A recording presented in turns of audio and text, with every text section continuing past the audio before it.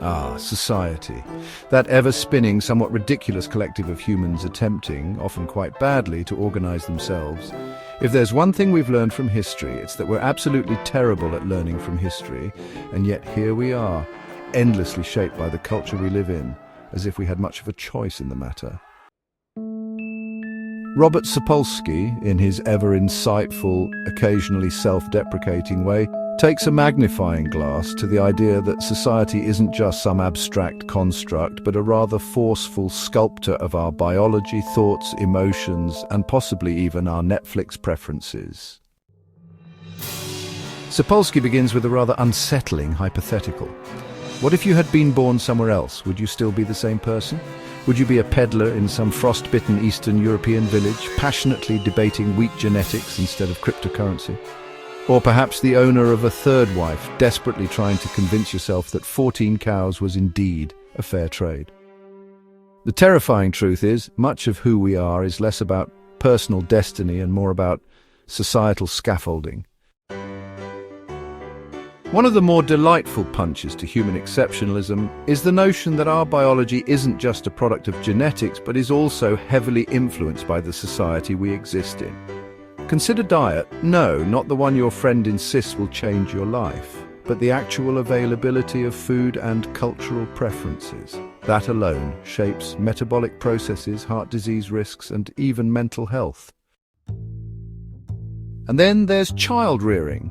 Whether babies sleep alone, are carried constantly, or are left to self-soothe, also known as cry themselves into oblivion, has a measurable impact on their neurological development. The takeaway?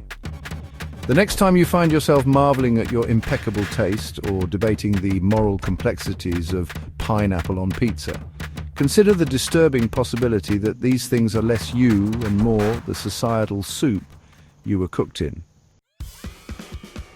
From religion to economic systems, Sapolsky argues that much of what we consider fundamental to our being is merely a byproduct of whatever social structures we were tossed into.